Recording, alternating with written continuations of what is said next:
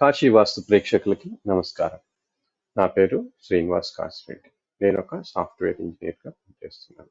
దాంతోపాటు వాస్తుశాస్త్రంలో పరిశోధన చేస్తుంటాను. ప్రజలకి వాస్తుశాస్త్రంపై అవగాహన కలిగించడానికి ఈ యూట్యూబ్ ఛానల్ స్థాపించడం జరిగింది. దానిలో భాగంగా ఇంతకుముందు చాలా వీడియోలు చేశాను. సో ఈరోజు చేయబోయే వీడియో ఏంటంటే దిక్కులు ఎన్ని. సో ఇది చూడడానికి చాలా సులభమైన ప్రశ్నలాగా అనిపిస్తుంది మీకు. బట్ ఈ వీడియో ఎందుకు చేస్తున్నాను, ఈ వీడియో చూశాక మీకు అర్థమవుతుంది అది ఎందుకన్నది. తర్వాత ఈ వీడియోలోకి వెళ్ళే ముందు అందరికి కూడా ఒక విన్నపం. సో ఈ వీడియోని లైక్ చేయండి, షేర్ చేయండి, మీ అభిప్రాయాన్ని కామెంట్స్ రూపంలో తెలియజేయండి. ఇంకా సబ్స్క్రైబ్ చేసుకుని వాళ్ళు ఉంటే సబ్స్క్రైబ్ చేసుకోండి, గంట బటన్లోకి నోటిఫికేషన్స్ ఆన్ చేసుకోండి. ఇంకా టాపిక్లోకి వెళ్తే అసలు దిక్కులు ఎన్ని అన్నది ఈరోజు చూద్దాం. సో మీకు అందరికి కూడా తెలుసు దిక్కులు విదిక్కులు ఇవన్నీ. జనరల్గా దిక్కులు ఎన్ని అంటే 4 అంటాం, విదిక్కులు 4 అంటాం, మొత్తం కలిపితే 8 దిక్కులు ఉన్నాయని చెప్తాం. బట్ నిజంగా 8 దిక్కులు ఉన్నాయా, 8 దిక్కులు వాడుతున్నారా వాస్తుశాస్త్రజ్ఞులు, వాస్తు సలహాదారులు అనేది ఈరోజు చూద్దాం.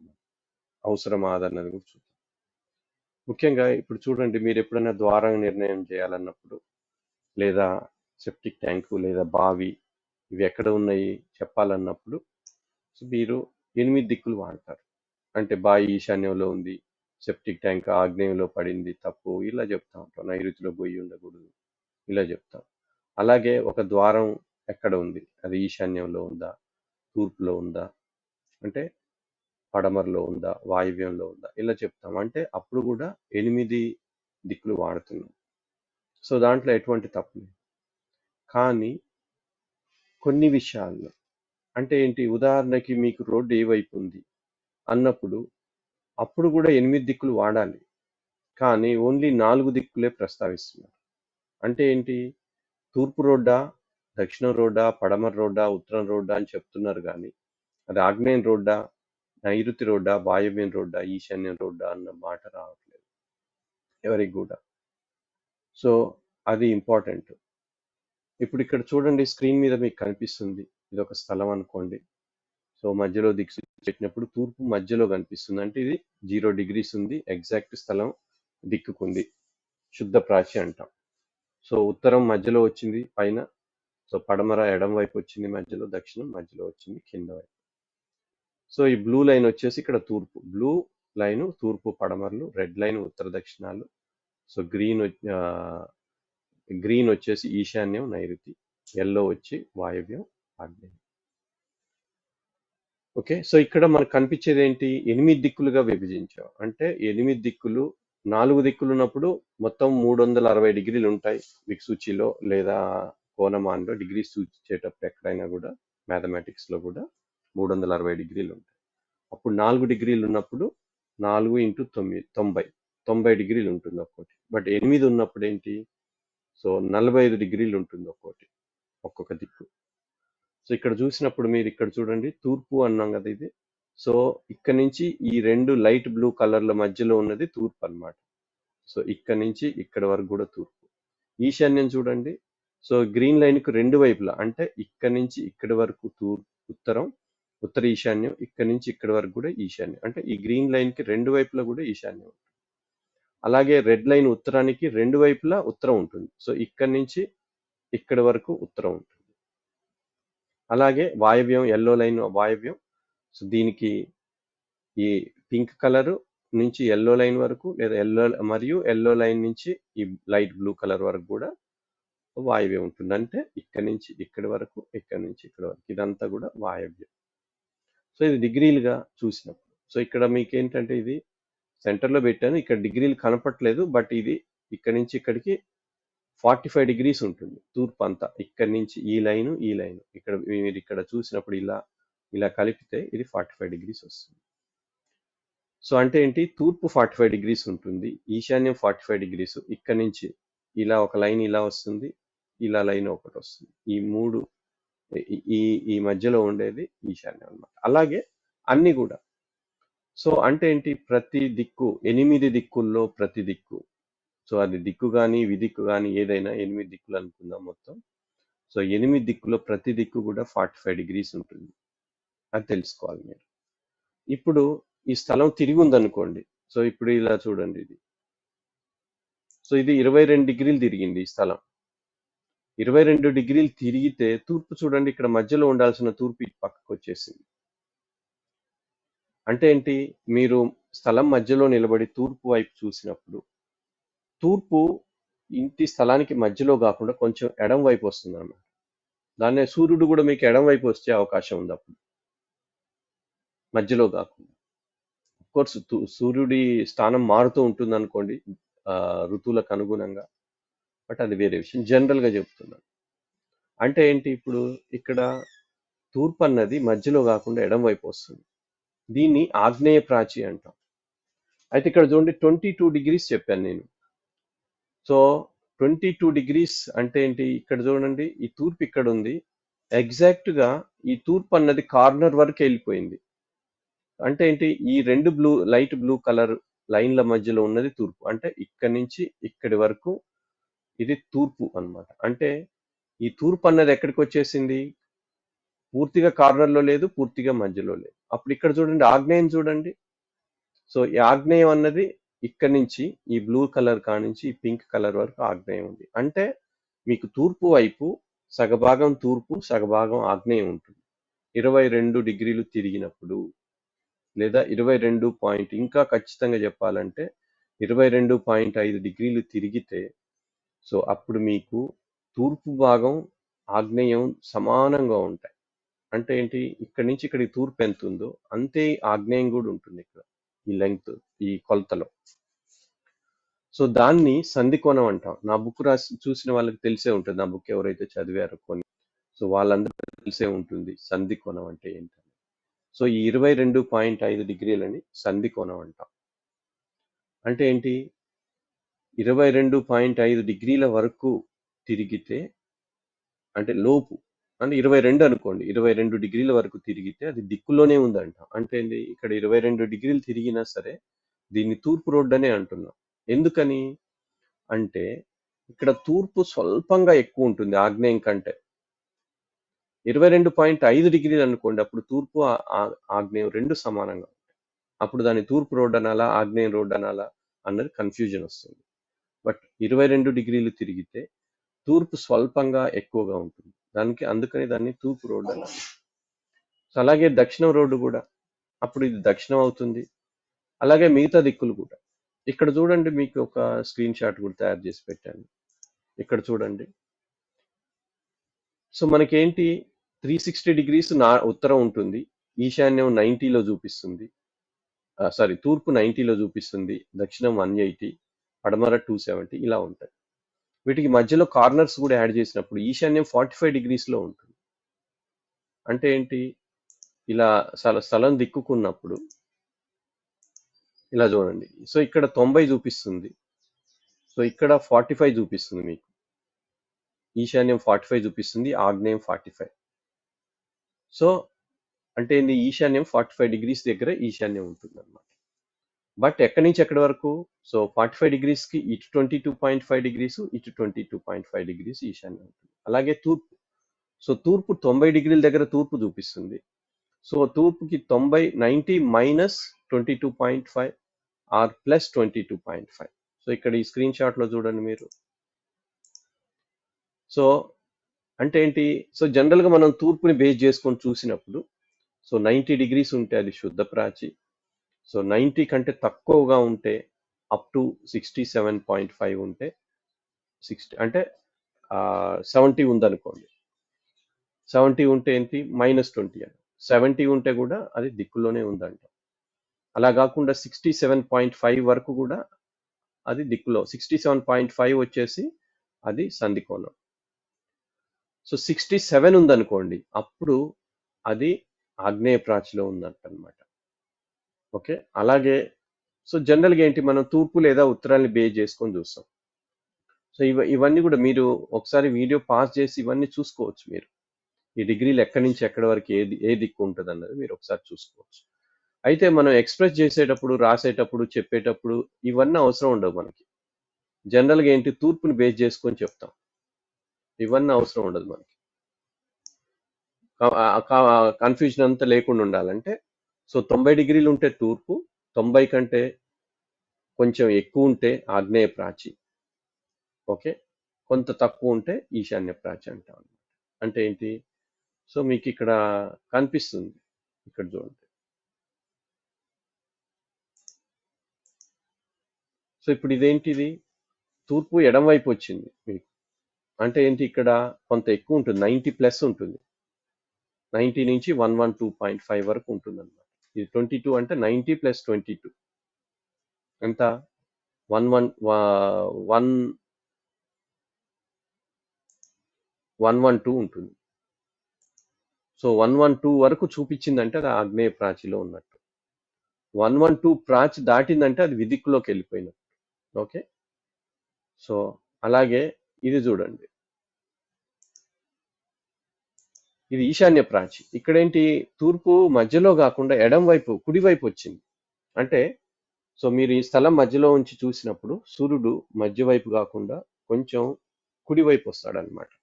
సో ఇక్కడ చూడండి, తూర్పు కూడా ఇక్కడ మీరు ఇక్కడ నించొని చూస్తే తూర్పు మధ్యలో కాకుండా కుడివైపు వస్తుంది. సో ఇట్లా 22 డిగ్రీల వరకు తిరిగితే దాన్ని ఈశాన్య ప్రాచిలో ఉందంట. సో 22 డిగ్రీల వరకు తిరిగితే దాన్ని తూర్పు రోడ్డు అనే అంటాం స్టిల్. అంటే 22 డిగ్రీలు ఎడం వైపుకు తిరిగినా, 22 డిగ్రీలు కుడివైపుకు తిరిగినా దాన్ని తూర్పు రోడ్డు అనే అంటాం. ఇంకా ఎక్కువ తిరిగింది అనుకోండి, అప్పుడు ఇక్కడ చూడండి, సో అప్పుడు ఈశాన్యంలోకి వస్తుంది. అంటే ఏంటి? 45 డిగ్రీస్ వరకు తిరిగితే అది కంప్లీట్ ఈశాన్యం అంటాం, కర్ణ ప్రాచి అంటాం. ఈ పదం మీకు కొత్తగా వినిపించవచ్చు. అంటే ఏంటి? శుద్ధ ప్రాచి అంటే, ప్రాచి అంటే తూర్పు అని అర్థం. సో తూర్పు మధ్య భాగంలో ఉంటుంది. తూర్పు స్థలం యొక్క తూర్పు, దిక్సూచి యొక్క తూర్పు రెండు ఒకే స్థానంలో ఉంటే దాన్ని శుద్ధ ప్రాచి అంటాం. సో కర్ణ ప్రాచి అంటే ఏంటంటే, కర్ణం అంటే తెలుసు, కార్ణాన్ని కర్ణం అంటాం. అంటే ఏంటి? సో ఈ మూలని కర్ణం అంటాం. ఇదొక కర్ణం, ఇదొక కర్ణం. ఇట్లా మీరు ఒక లైన్ గీశారనుకోండి, దీన్ని కర్ణం అని అట్లా కూడా అంటాం.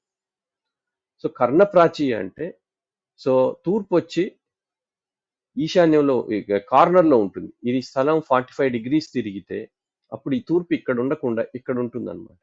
సో దాన్ని కర్ణప్రాచి అంటాం. సో కర్ణప్రాచి అంటే ఏంది? స్థలం ఎగ్జాక్ట్ విదిక్కులో ఉందన్నమాట. సో అలాగే అప్పుడు ఏంటి? సో ఇక్కడ చూడండి, ఇప్పుడు ఇది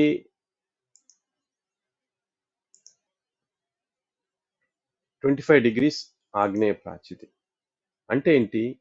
ఇక్కడ చూడండి, స్థలము 22.5 డిగ్రీస్ కంటే ఎక్కువ తిరిగి, అంటే 25 డిగ్రీస్ చూపించాను నేను, ఎందుకంటే మీకు తేడా తెలియడానికి. మరి కొంచెం 1-2 డిగ్రీస్ అయితే ఇక్కడ తెలియదు ఇమేజ్ లో. సో 22.5 డిగ్రీస్ తిరిగినప్పుడు తూర్పులో కొంత భాగం ఇటు ముందుకు వెళ్ళిపోయింది. ఓకే, అంటే ఏంటి? ఇక్కడ ఈశాన్యం ఇంకా లేదు ఈ కార్నర్ లో ఎక్కడ కూడా. సో ఈశాన్యం ఎక్కడి నుంచి ఎక్కడికి వచ్చింది? ఇక్కడ నుంచి. సో ఇది ఈశాన్యం, గ్రీన్ లైన్ కు రెండు వైపులు ఈశాన్యం అని చెప్పాను. సో ఇక్కడ నుంచి ఇక్కడ వరకు ఈశాన్యం. అంటే ఈశాన్యం కార్నర్ లో లేదు, అది మీరు ఉత్తరం అనుకుంటున్నారు కదా, ఆ వైపుకి వెళ్ళిపోయింది ఈశాన్యం. సో అందుకే దీన్ని ఇక్కడ ఈ స్థలాన్ని విదిక్కులో ఉందంటాం అన్నమాట. అప్పుడు చూడండి, ఇక్కడ చూడండి, ఇది ఆగ్నేయం రోడ్ అనాలి. సో దీన్ని ఈశాన్యం రోడ్ అనాలి. ఎందుకని? సో ఈశాన్యం మొత్తం ఇటువైపు వెళ్ళిపోయింది. దీని ఉత్తరం రోడ్డు అని ఎందుకు అనకూడదు అంటే, ఇక్కడ చూడండి ఉత్తరం ఎంత ఉంది ఇక్కడ. సో ఉత్తరం ఇక్కడ నుంచి ఇక్కడ వరకు ఉత్తరం, బట్ ఉత్తరంలో కొంత భాగం ఇటువైపు వెళ్ళిపోయింది ఇక్కడ. ఈ లైన్ చూడండి. సో అంటే ఏంటి? ఈశాన్యం ఎక్కువ ఉంది, డామినెంట్ గా ఉంది ఇక్కడ. అందుకే దీన్ని ఈశాన్యం రోడ్డు అనాలి. అలాగే ఆగ్నేయం రోడ్డు అనాలి దీన్ని. ఇక్కడ తూర్పులో కొంత భాగం తగ్గిపోయింది ఇక్కడ, అది ఉత్తరంలో వైపు వెళ్ళిపోయింది. ఉత్తరం అనకూడదు యాక్చువల్ గా, పై వైపు డ్రాయింగ్ లో చూస్తే. సో అప్పుడు ఆగ్నేయం చూడండి, ఇక్కడ ఆగ్నేయం మొత్తం వచ్చింది, దాంతో పాటు దక్షిణంలో కొంత స్వల్పంగా దక్షిణం కూడా ఇటువైపు వచ్చింది. అప్పుడు దీన్ని ఆగ్నేయం రోడ్డు అనాలి. అంటే ఏంటి? సో మనం ముఖద్వారం, లేదా తూర్పు ముఖద్వార గృహం అంటాం, ఉత్తర ముఖద్వార గృహం అంటాం, దక్షిణ ముఖద్వార గృహం అంటాం, లేదా పడమర ముఖద్వారం, ఉత్తరం, ఇలాంటి ముఖద్వార గృహాలు అంటున్నాం. కానీ ఆగ్నేయ ముఖద్వార గృహం అని ఎవరు అనట్లేదు, ఆ పదాలు వాడట్లేదు. సో వాస్తవానికి 22.5 డిగ్రీస్ కంటే ఎక్కువగా తిరిగినప్పుడు సో దాన్ని అప్పుడు మీరు తూర్పు రోడ్డు, ఉత్తరం రోడ్డు, పడమర రోడ్డు, దక్షిణ రోడ్డు అనొద్దు. వాటిని ఆగ్నేయ రోడ్డు, నైరుతి రోడ్డు, వాయవ్య రోడ్డు, ఈశాన్య రోడ్డు అనాలి. ఆ ఇంటిని తూర్పు ముఖద్వారము అనకుండా ఆగ్నేయం ముఖద్వారం ఇల్లు, ఈశాన్య ముఖద్వారం ఇల్లు, వాయవ్య ముఖద్వారం ఇల్లు, నైరుతి ముఖద్వారం ఇల్లు అనాలి. అంటే ఏంటి, అప్పుడు గేటు కానీ ద్వారం కానీ ఈ వైపు ఉంటే అది ఆగ్నేయ ముఖద్వారం కలిగిన ఇల్లు అన్నమాట. సో ఇది సంధికోణం అని నా పుస్తకంలో వివరించాను. అది అర్థం చేసుకోవాలి మీరు. కనీసం ఆ పుస్తకం చదవని వాళ్ళు దీని ద్వారా అయినా అర్థం చేసుకోండి. ఇంకా కూడా చాలా మందికి కాదు, ఏ వాస్తు పండితులు ఎవరికి కూడా దీని గురించి అవగాహన లేదు. పురాతన గ్రంథాల్లో కూడా ఉండదు. పురాతన గ్రంథాల్లో కూడా దీని గురించి లేదు ఎక్కడ కూడా. ఇంకా ఆధునిక వాస్తు గ్రంథాల్లో కూడా విదిక్కుల్లో ఉన్నప్పుడు స్థలం ఎలా కట్టాలన్నది ఎక్కడ చెప్పలేదు. సో ఇది కొత్తగా నేను ప్రతిపాదించింది, నా పుస్తకంలో వివరించాను. వాస్తవానికి నా పుస్తకంలో స్థలం దిక్కులు లేనప్పుడు ఇల్లు ఎలా కట్టాలన్నది చాలా వివరంగా చెప్పడం జరిగింది. సో సెప్టిక్ ట్యాంక్ కానీ లేదా ద్వారాలు కానీ వాటి స్థానాలు, గేటు కానీ వాటి స్థానాలు ఎలా మారుతాయి అన్నది మీరు తెలుసుకోవాలి. ఇంకోటి ఏంటంటే అది ఆగ్నేయ ముఖద్వారం అనుకోండి. సో ఆగ్నేయ ముఖద్వారం అయినప్పుడు దానికి ద్వారం పెట్టే విధానం మారిపోతుంది, దానికి గేటు పెట్టే విధానం మారిపోతుంది. అది తెలుసుకోవాలి. ఎందుకంటే మీరు అలా సో దిక్కులు 8 అన్నప్పుడు సో మీరు 4 దిక్కులు ఎందుకు వాడుతున్నారు అనేది నా ప్రశ్న. ముఖద్వారాన్ని నిర్ణయించేటప్పుడు సో 8 ముఖద్వారాలు ఉండాలి కదా, 8 రకాల ముఖద్వారాలు ఉండాలి. బట్ 4 ఎందుకు వాడుతున్నారు అనేది నా ప్రశ్న. సో దానికోసమే ఈ సంధికోణం అన్న దాన్ని ప్రతిపాదించడం జరిగింది. మొదటిసారిగా మీకు కొత్త పదాలు కూడా నా పుస్తకంలో కనిపిస్తాయి. సంధికోణం, కర్ణప్రాచి అంటారు. శుద్ధ ప్రాచి తెలుసు, కర్ణప్రాచి అన్న పదం సో పర్ఫెక్ట్ 45 డిగ్రీస్ తిరిగితే కర్ణప్రాచి. ఆ కర్ణప్రాచి కూడా మరి పర్ఫెక్ట్గా ఉండకపోవచ్చు, కొంచెం అటు ఇటుగా ఉన్నప్పుడు సో అది దానికి మళ్ళీ వేరే పేరు పెట్టడం జరిగింది. సో ఇవి తెలుసుకోవాలి. ఇంకా చాలా మంది ఏం చేస్తున్నారంటే రకరకాలుగా చెప్తున్నారు.